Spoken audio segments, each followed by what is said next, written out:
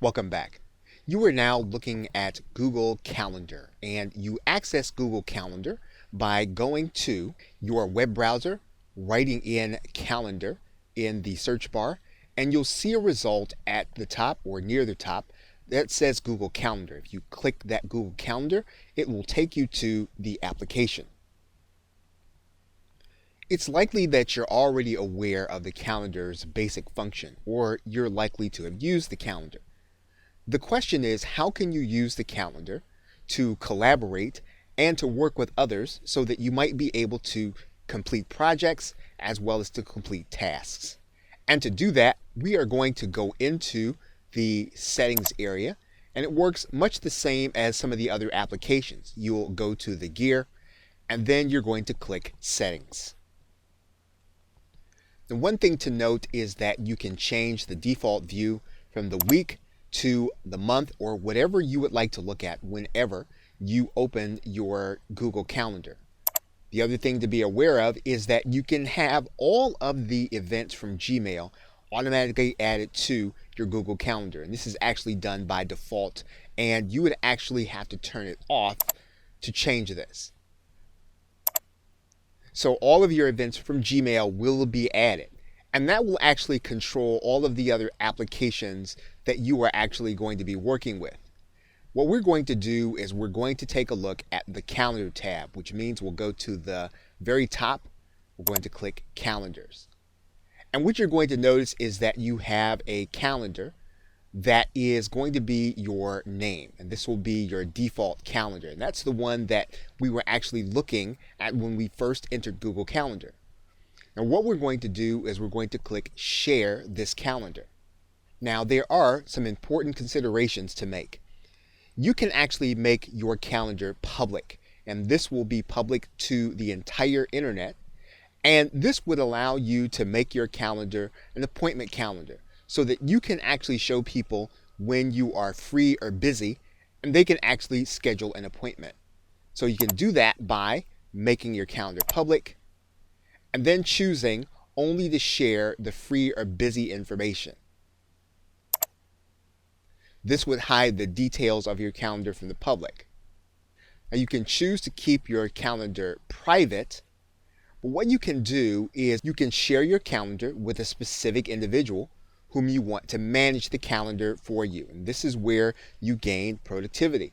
You can actually put that person's email in there, and you should actually use their Gmail address when you do that.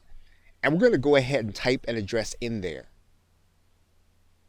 Now before we add the individual, we want to take a look at where we want to give them permissions.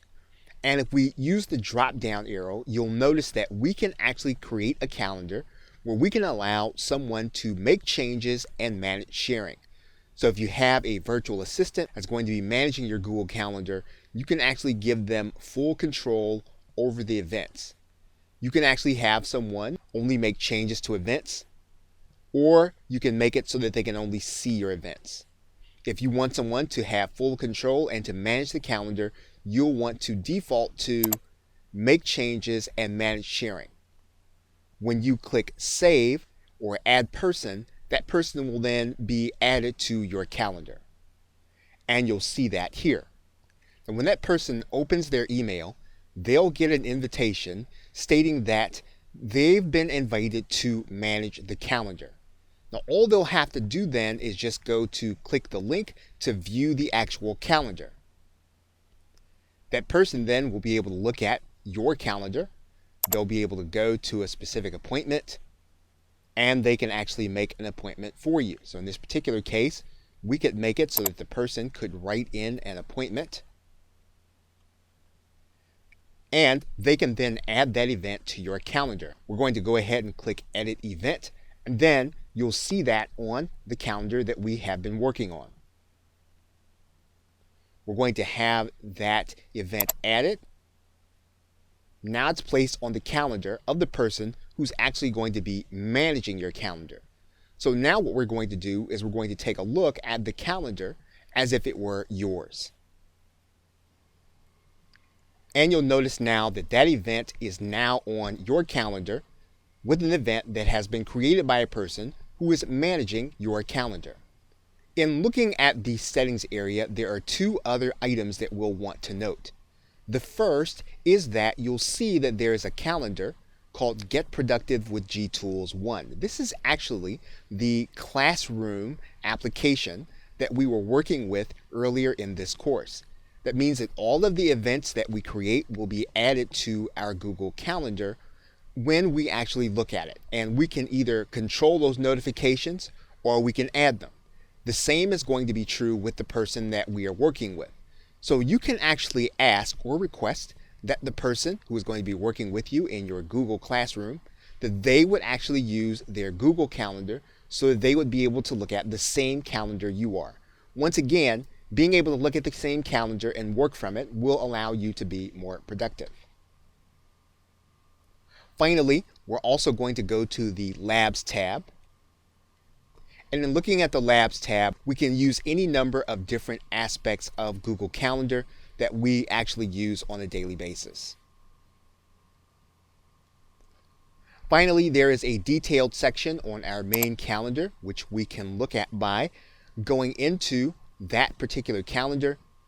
We can write in a description in case it is going to be shown to the search results. There are calendar addresses and private addresses that we can actually share, or that we can actually access the calendar from the web. We can export the calendar, and also we can embed the calendar on a website. So in this particular case, we can actually take our entire calendar, pick up the embed code, copy it, and then post it to a website like WordPress. So for example, we can actually take that embed code. We can make sure that it lands in the area that says text in WordPress, where we can actually put HTML, where we are allowed to place HTML code. We're going to write in calendar, and then we're going to place our embed code. We're going to click publish, and then we can view our post with our Google Calendar. And you'll notice our calendar is now on our website.